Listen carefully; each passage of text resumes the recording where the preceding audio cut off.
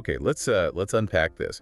We're diving into a stack of sources today that explore, well, one of the most surprising dynamics in human connection. Yeah, it's this idea that helping someone actually makes us like them more, which, sounds completely backward at first glance. Totally.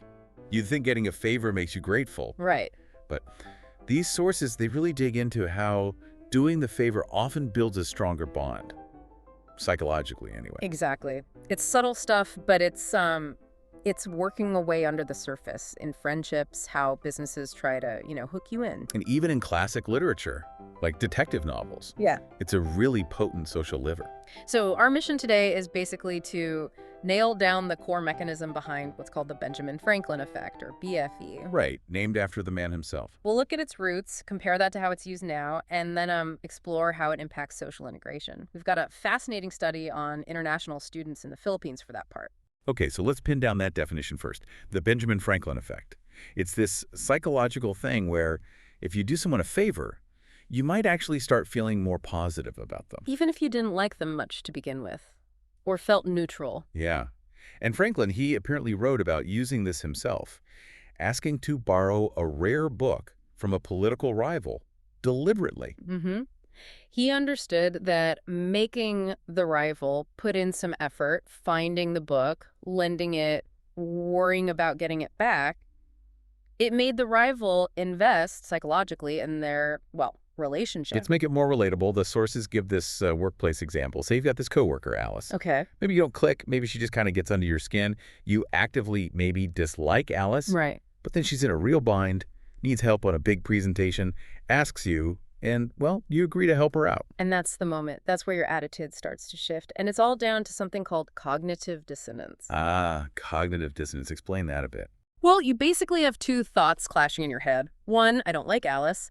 Two, I'm spending my valuable time helping Alice. Okay, yeah, that feels uncomfortable, contradictory. Exactly. It's like mental static. We hate that feeling, that dissonance, so we have to resolve it somehow. And since you can't easily take back the hours you spent helping. Precisely. You can't undo the action. So the easiest thing to change is the feeling. Your brain starts this internal justification process. Like talking to itself. Sort of. It goes, I wouldn't normally spend this much effort on someone I dislike, so I must actually not dislike Alice that much. Maybe I even kind of like her. Wow. So we literally adjust our feelings to match our actions just to feel consistent. We do. It's self-justification. It's about maintaining a coherent internal story. Psychological consistency is, really important to us. Okay, but I saw something interesting in the sources about reciprocity, and it kind of flips this BFE thing around. It suggests that, okay, doing a favor makes you like them. But if someone does a massive favor for you, you might actually be less likely to do them a favor later. That's a really key nuance, yes. The BFE works because the helper justifies their own effort. But when you're on the receiving end of a huge favor, it creates this imbalance. Suddenly you feel this heavy sense of obligation, like a debt you can't easily repay. So, to avoid feeling indebted, you might actually pull back, avoid the person. You might. It sounds a bit cynical, maybe, but it's often a protective mechanism. You want to shed that uncomfortable feeling of obligation. So the BFE works best with, like, smaller, manageable favors. Exactly. Favors the person can do without feeling overwhelmed or trapped by the expectation of payback. That allows the self-justification to happen smoothly. Okay, that makes more sense. So the BFE is like the engine here. But you mentioned other psychological drivers are involved too. Things like reinforcement effect theory, propinquity. Right. Those are important background factors. Reinforcement effect theory is basically about association. We tend to like people who are around when we're feeling good. So if I'm laughing about something and Bob is standing nearby, I might start liking Bob a bit more, even if he didn't cause the laughter. Pretty much. He gets linked to the positive feeling. And propinquity effect, that's just about physical closeness. Spending time near people, like in an office or dorm. Familiarity. Right. Familiarity generally increases liking. Just seeing people around regularly makes them feel safer, more approachable. Okay, so let me try and tie this together. Propinquity puts me and Alice in the same space often enough. Reinforcement effect means maybe we've shared a couple of okay moments, so it's not pure dislike. Then the Benjamin Franklin effect is like this specific tool I or she could use. Asking for that favor acts as a lever to turn that baseline familiarity into actual positive feeling. That's a perfect way to put it. It's that lever of influence, nudging us to justify our own kindness. And, it's so effective that businesses have really latched onto it. All right, let's talk about that. Commerce. How does the BFE show up in marketing? If asking for favors builds liking, brands must be doing it all the time. Oh, constantly. They don't just want you to buy stuff. They want you to feel invested. So they encourage you to invest your time and effort, not just your money. How, though? Like, what do they ask us to do? Well, think about those long customer surveys they send out, or asking you to beta test a new product, or write detailed reviews and feedback. Ah, okay. So by getting me to spend like an hour giving feedback on their website, You start thinking, why am I putting all this effort in? And your brain supplies the answer. Because I must really care about this brand. I must be loyal. It reinforces your own commitment. and the Lay's Do Us a Flavor campaign. That's a huge ask, right? Come up with a new chip flavor. It's brilliant psychology. They got customers to invest creativity, time, energy, suggesting flavors, campaigning for them. That builds massive engagement. You feel like you're part of the company almost. Exactly. You become a co-creator. Research actually calls this the favor request effect. It demonstrably boosts loyalty because you feel involved. Okay, so we've seen the kind of transactional side in marketing. Yeah. But what about the deeper emotional side? I was really struck by the literary example from Raymond Chandler's The Long Goodbye. Ah, yes. That provides a really powerful non-commercial look at how deep a bond can form just from one person offering kindness, forcing the other to accept vulnerability. So the setup is Philip Marlowe, the private eye, finds this guy Terry Lennox. And Lennox is a total wreck. Drunk, disheveled, rich, but looks like he's hit absolute rock bottom. Right, he's hiding something, clearly in a bad way. And Marlowe, he makes this conscious choice. He decides to be the good Samaritan. And the favor is so simple but profound in context. Marlowe drives him home, gets him some food, greasy hamburgers, I think. 2 hamburgers and a beer, yes. And then this is key. He lends Lennox a decent chunk of money, Yeah. 5/20s, with no collateral, no questions asked, no real expectation of seeing it again. He just does it, even though he suspects Lennox is trouble. That lack of judgment, that's what makes it stick. Marlowe isn't asking for anything back. The bond isn't transactional. It's based on Marlowe's act, forcing Lennox to confront the idea that maybe, just maybe, he's worth helping. And it creates this lasting connection, doesn't it? It really does.